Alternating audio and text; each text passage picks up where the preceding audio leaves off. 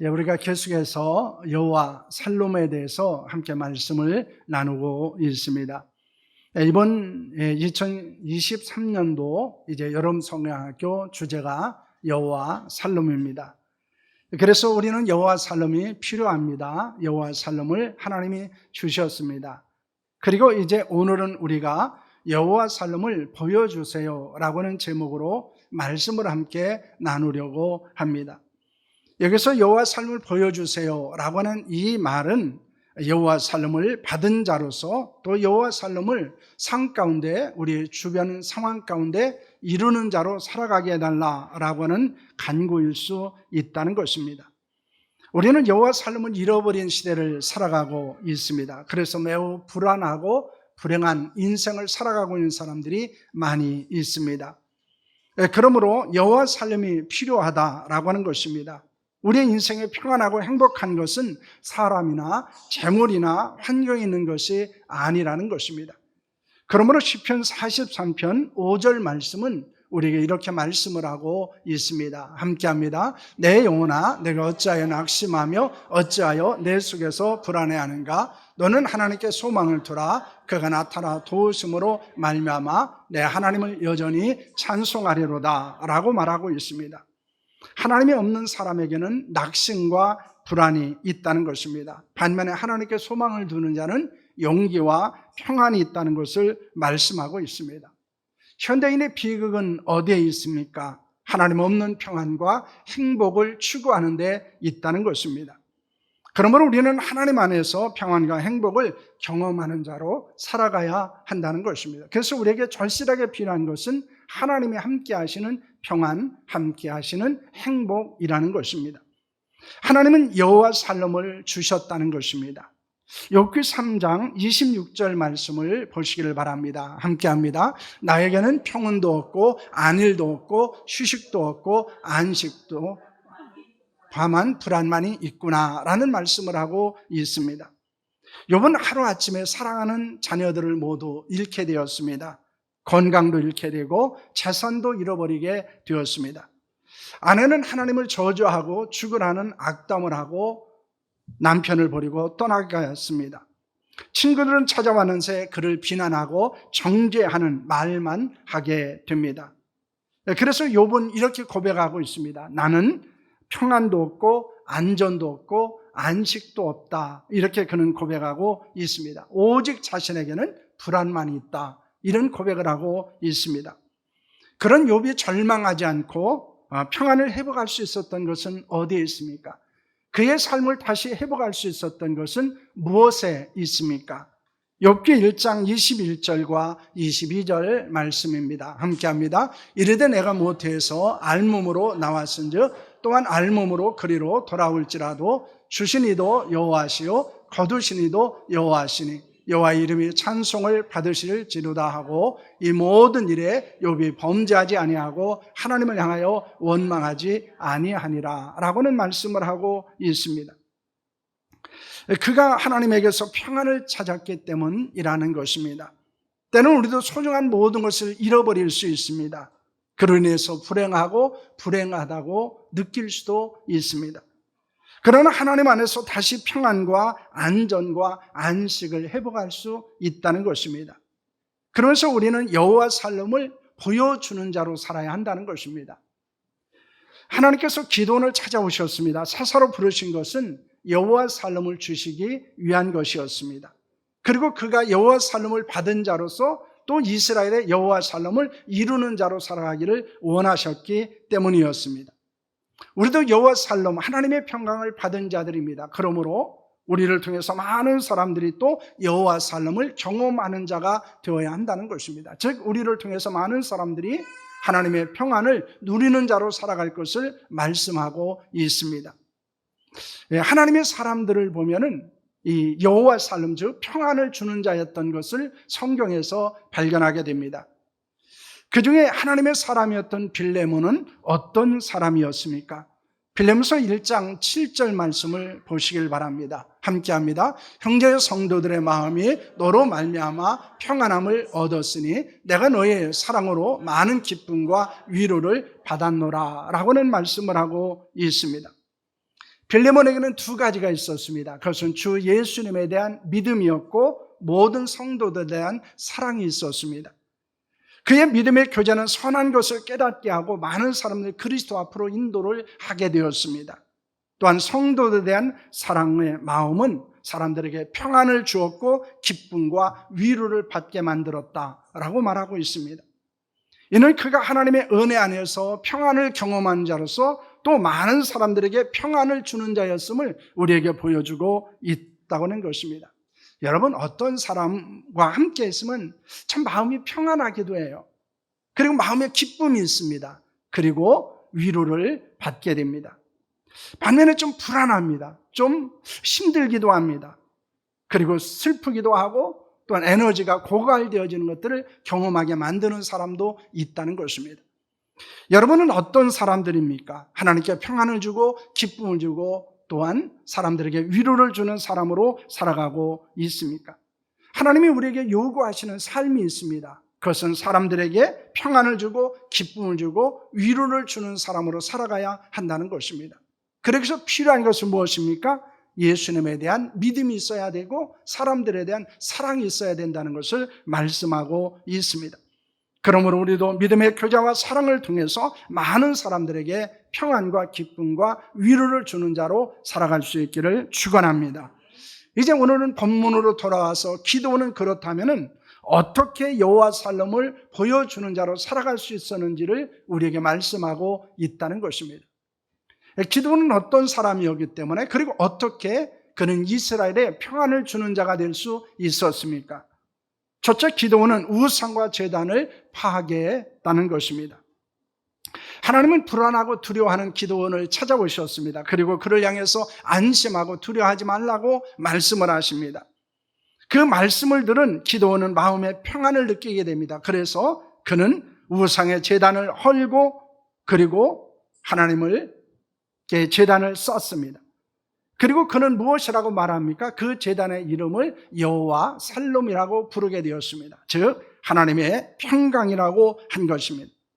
하나님은 7년 전 둘째 소를 끌어오고 바알의 제단을 헐고 그 곁에 아세라상을 찍고 하나님을 위하여 규례로 제단을 쌓고 그리고 그 둘째 수소를 잡아서 번제로 드릴 것을 말씀하고 있습니다.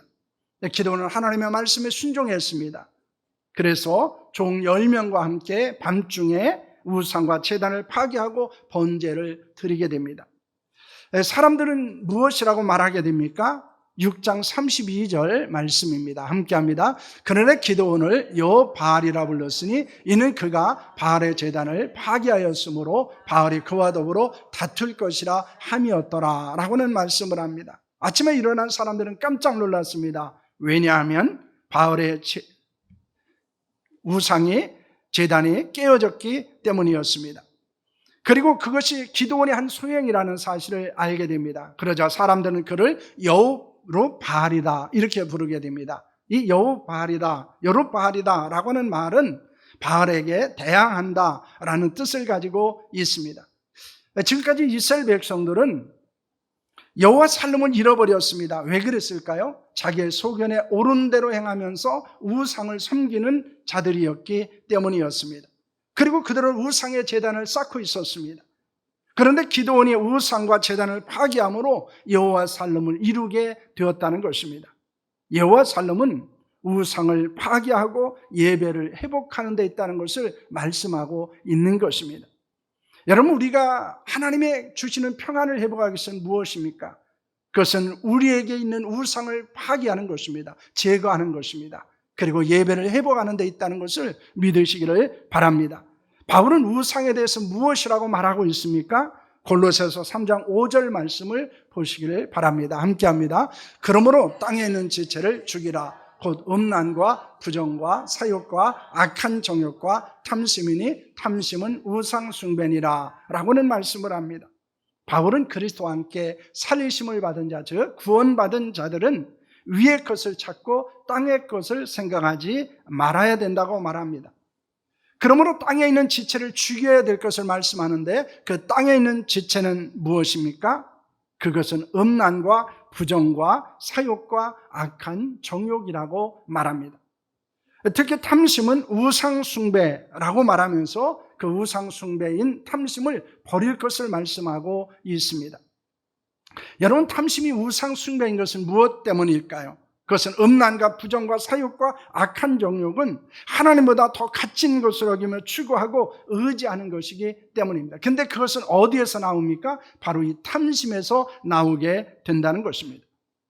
우리 안에 있는 탐심, 즉 탐욕스러운 욕망이 있으면 우리는 불안합니다. 왜 그럴까요? 우리는 만족하지 못하고 더 많은 것을 즐기고 가지며 누려야 행복하다고 느끼고 있기 때문입니다. 그래서 더 많은 것을 얻지 못할까 불안합니다. 그리고 지금 내가 가진 것을 잃어버릴까 불안해하고 있다는 것입니다. 그런데 이 모든 것들은 무엇으로부터 시작되어집니까? 우리 안에 있는 탐심으로부터 시작된다는 것입니다. 그래서 내가 더 많은 것을 가져야 행복할 것 같아요. 내가 더 많은 것들을 얻어야 되고 더 많은 것들을 누려야만 우리는 행복하다고 느끼게 되는 것입니다. 뿐만 아니라 지금 내가 가지고 있는 것을 우리는 잃어버릴까 굉장히 불안합니다. 그래서 우리는 하루하루를 삶을 살아가는 것이 불안하고, 그리고 그것을 잃어버리게 되면 우리는 불행하다고 느끼게 되는 것입니다. 여러분, 그것은 자신만 아니라 가정과 공동체를 불안하게 만들 수 있다는 것입니다. 이 불안을 가지고 있는 사람, 다시 말하면 이 탐심이라는 우상을 가지고 있는 사람에게 나타나는 것은 자신만 아니고 가정도 불행하고 주변 사람들도 불행하고 공동체를 불안하게 만든다는 것입니다. 왜냐하면 그것 때문에, 불안하기 때문에 다른 사람들에게 자연스럽게 그 불안이 전염될 수 있기 때문입니다. 세상의 것에 집착하지 않고 하나님의 주신 것에 자족하는 자들이 될 수 있기를 바랍니다. 그럴 때 우리는 평안을 누리는 자가 되고, 그리고 다른 사람에게 평안을 주는 자로 살아갈 수 있는 줄로 믿으시기를 바랍니다. 그래서 우리는 탐심이라는 우상을 버려야 합니다. 우리는 그럴 때 좀 더 자유로워질 수 있고, 좀 더 편안할 수 있고, 좀 더 행복한 삶을 추구할 수 있다는 것을 믿으시기를 바랍니다. 둘째로, 기드온이 전쟁에서 승리했다는 것입니다. 기드온이 이스라엘의 여호와 살림을 회복하기 위해서 했던 것들은 무엇이었을까요? 그는 사사로서 이제 여러 가지 것들을 하게 됩니다. 그가 사사가 되었을 때 미디안과 아말렉 연합군이 쳐들어오게 되었습니다. 기드온은 이스라엘을 구원할 수 있는지에 대해서 양털과 이슬에 대한 표징을 구하게 되고, 하나님께서는 그것을 허락하시게 됩니다. 또한 그들과 전쟁하기 위해서 군사를 선발하게 되었습니다. 전쟁에 참여하기 위해서 왔던 사람들은 32,000명이었습니다. 하나님께서는 그들이 너무 많다고 그들을 돌려보내라고 합니다. 그래서 22,000명을 돌려보내고 10,000명이 남았습니다. 하나님은 그 10,000명도 너무 많다고 말씀을 하십니다. 그래서 9,700명을 돌려보내게 됩니다. 그리고 300명만이 남게 되었습니다.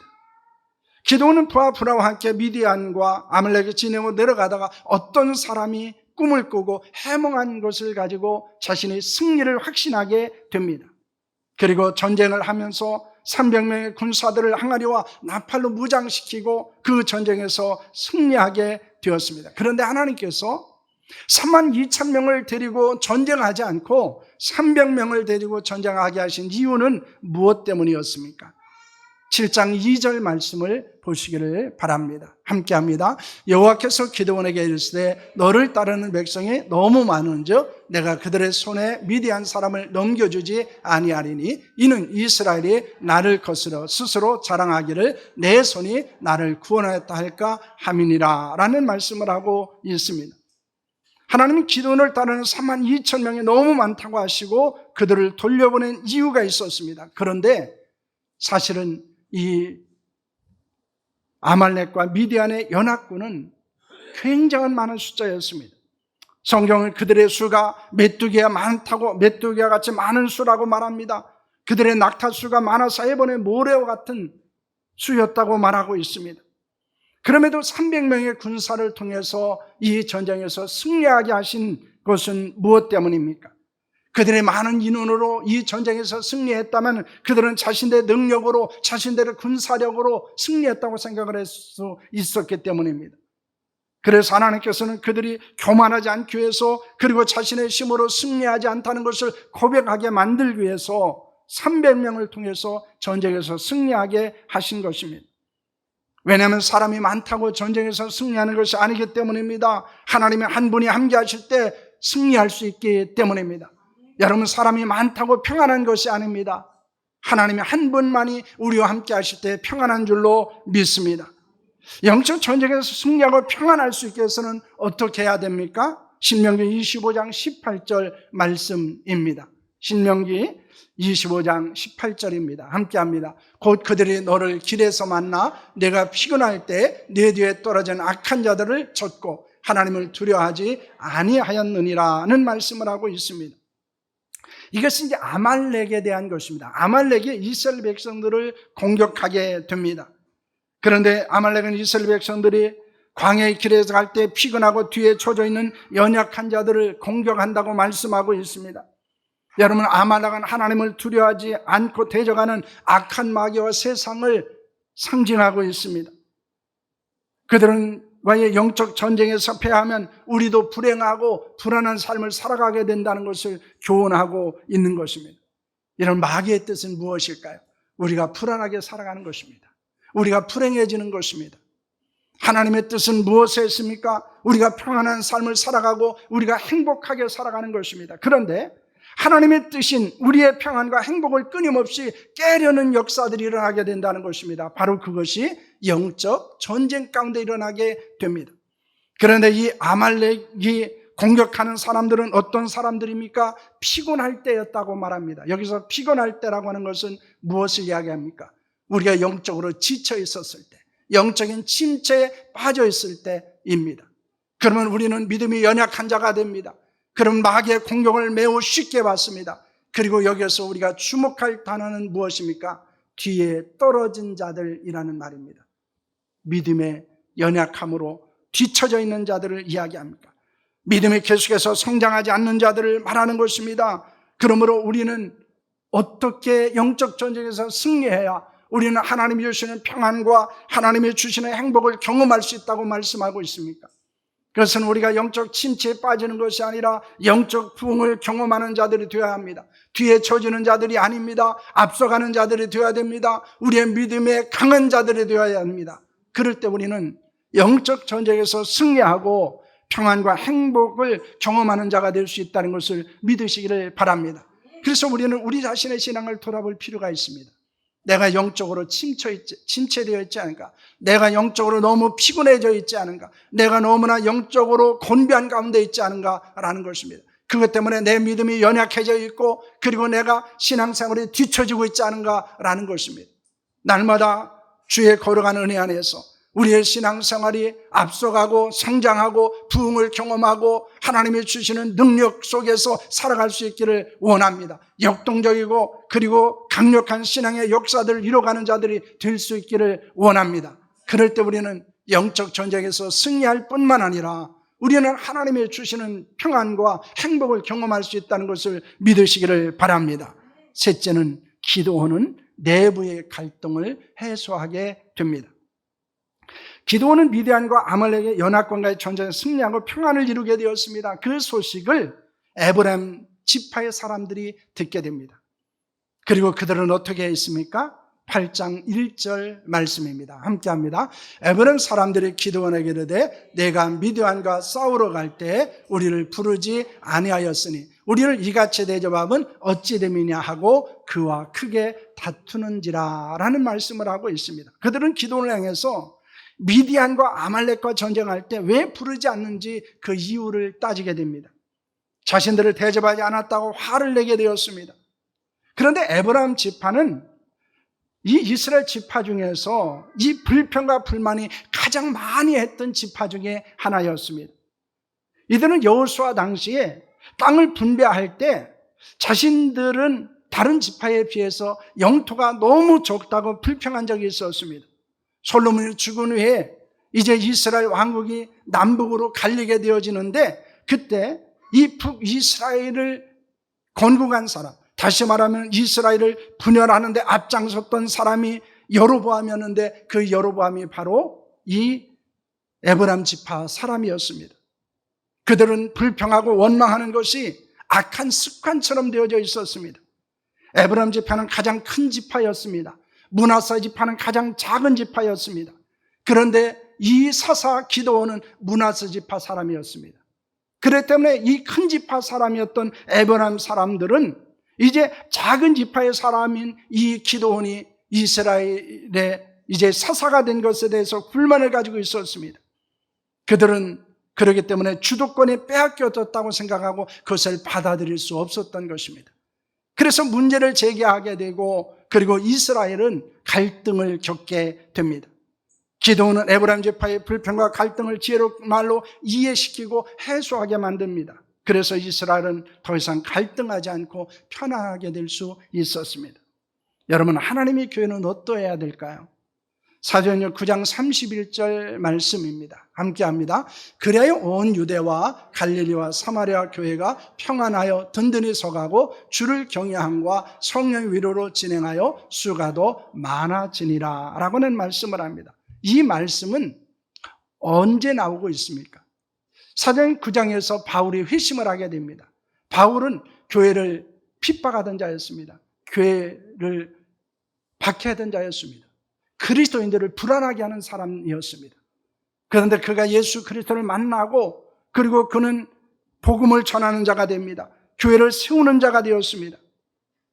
그런 바울로 인해서 유대와 갈릴리와 사마리아 교회가 평안하여졌다고 말씀하고 있습니다. 교회는 든든하게 서게 되었습니다. 하나님을 경외함과 성령의 위로로 진행하고 수가 더 많아졌다고 말씀하고 있습니다. 하나님의 교회는 평안해야 됩니다. 그러면 세상에서 견고하게 세워질 수 있습니다. 부흥할 수 있습니다. 성장할 수 있습니다. 여러분, 어떤 교회가 성장할까요? 어떤 교회가 부흥할까요? 여러분, 갈등하고 혼란스럽고 싸우고 다투는 교회는 부흥하지 않습니다. 여러분, 그러나 교회가 평안할 때 하나님은 그 교회의 부흥과 성장의 은혜를 주신다는 사실을 여러분 믿으시기를 바랍니다. 그러므로 우리는 교회를 불안하게 하지 않아야 됩니다. 성도들을 불안하게 하지 않아야 됩니다. 평안하게 해야 됩니다. 그럴 때 우리는 하나님의 거룩한 교회를 부흥하게 하는데, 하나님의 교회를 성장하게 하는데 귀하게 쓰임받는다는 사실을 믿으시기를 바랍니다.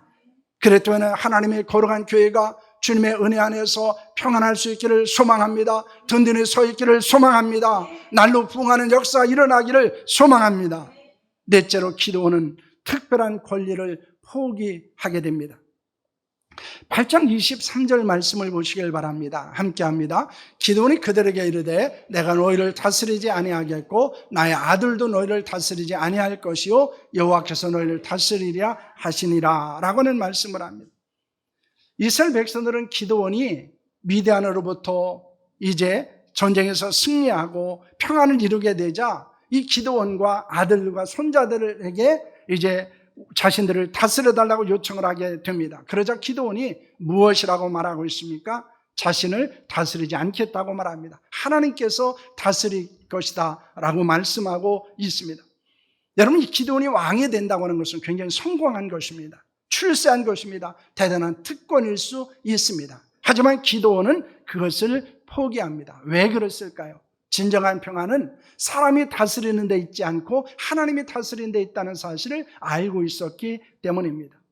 여러분, 지금도 평안을 깨는 것은 언제 일어날까요? 교만한 사람들을 통해서입니다. 그들이 통제하려고 하고 그들이 주장하고 그들이 끊임없이 무엇을 요구할 때 교회는 편안하지 않습니다. 그리고 그 평안이 깨어질 수밖에 없다는 것입니다. 반면에 겸손한 자가 헌신하고 겸손히 섬길 때 교회는 평안할 수 있다는 사실을 우리에게 보여주고 있는 것입니다. 여러분, 다스리는 자가 아니라 섬기는 자가 될 수 있기를 원합니다. 교만한 자가 아니라 겸손한 자가 되기를 원합니다. 주장하는 자가 아니라 여러분 섬기는 자가 될 수 있기를 원합니다. 그럴 때 우리는 하나님의 교회를 평안하게 할 수 있을 뿐만 아니라 다른 사람을 편안하게 하는 자가 될 수 있다는 것을 말씀하는 것입니다. 교회는 언제 평안할 수 있습니까? 골로새서 1장 18절 말씀입니다. 함께합니다. 그는 몸인 교회의 머리시라. 그가 근본이시오 죽은 자를 가운데서 먼저 나신 이시니 이는 친히 만물의 으뜸이 되려 하시며 라는 말씀을 합니다. 예수 그리스도는 교회의 머리요 근본이십니다. 그리고 그분은 으뜸이 되시는 분입니다. 그러므로 교회의 평안은 예수님을 중심으로 하나가 되어서 서로를 섬기는 데 있다는 사실을 말씀하고 있고, 그리스도께 복종하는 데 있다는 것을 말씀하고 있는 것입니다. 여러분, 우리 교회가 그리스도를 중심으로 하나 될 수 있기를 바랍니다. 서로를 섬길 수 있기를 바랍니다. 그럴 때 평안할 수 있습니다. 그리고 우리는 하나 될 수 있습니다. 그런데 사람은 완벽한 존재가 아닙니다. 기도원도 완벽한 존재가 아니었습니다. 여러분, 우리가 본문을 다 읽지 않았지만은 이 기도원은 많은 아내를 두었습니다. 아내가 70명이었습니다. 첩도 1명이었는데 그 첩에게서 아비멜렉이라는 사람이 태어나게 됩니다. 그런데 이 아비멜렉은 나중에 왕이 되려고 반란을 일으켰던 사람이기도 했습니다. 여러분, 그렇기 때문에 이 기도원은 생각도 계획도 완전하지 않아요. 그리고 윤리와 행동도 완전하지 않았습니다. 그러나 하나님은 기도원에 살아있는 40년 동안 평안하도록 만드셨습니다. 그가 죽은 후에 이스라엘은 평안을 잃어버리게 됩니다. 이것을 통해서 우리에게 주는 교훈은 무엇일까요? 진정한 평안, 그것은 하나님에게 있다는 것입니다. 사람을 의지하는 데 있지 않다는 것을 말씀하고 있습니다. 여러분, 예수님은 제자들을 전도하러 보내면서 평안에 대해서 무엇이라고 말씀을 하셨습니까? 마태복음 10장 12절과 13절 말씀입니다. 함께합니다. 또 그 집에 들어가면서 평안하기를 빌라. 그 집이 이에 합당하면 너희 빈 평안이 거기에 임할 것이요 만일 합당하지 아니하면 그 평안이 너에게 돌아올 것이니라는 말씀을 하고 있습니다. 예수님의 제자들에게 복음을 전하기 위해서 어떤 집을 방문했으면 가장 먼저 해야 되는 것은 그 집의 평안을 비는 것입니다. 만약 그 집의 평안을 받기에 합당하자면 그 평안이 그 집에 임할 것이고, 만약 평안이 임하기를 합당하지 않다면 그 평안을 빈 제자들에게 돌아올 것이라고 말씀하고 있습니다. 여러분, 이것을 통해서 우리에게 주는 도전이 있습니다. 우리는 평안을 축복하고 평안을 누리는 자가 되어야 한다는 것입니다. 이 말은 우리가 복음을 전함으로 평안을 전하는 자가 되고 평안을 이루는 자가 되어야 한다는 것입니다. 평안을 축복하는 자가 되어야 합니다. 평안을 빌고 평안을 경험할 수 있는 은혜가 우리 가운데 있기를 소망합니다. 그래서 우리는 사람들에게 평안을 주어야 합니다. 우리 모두는 여호와 삶을 구하고 받고 이루는 자들로 살아가야 합니다. 우리는 이것을 잊지 않아야 합니다. 우리는 하나님의 평안을 구하는 자가 되고 하나님의 평안을 받아야 되는 자가 되고 하나님의 평안을 이루는 자로 살아가야 한다는 것입니다. 특히 여호와 살림은 복음을 전함으로 이루어진다는 것입니다. 하나님의 나라의 살림은 바로 복음을 통해서 이루어진다는 사실을 성경은 말씀하고 있습니다. 그러므로 우리는 복음을 전할 때 하나님이 주시는 거룩한 평안이 임하게 된다는 것을 믿으시기를 바랍니다.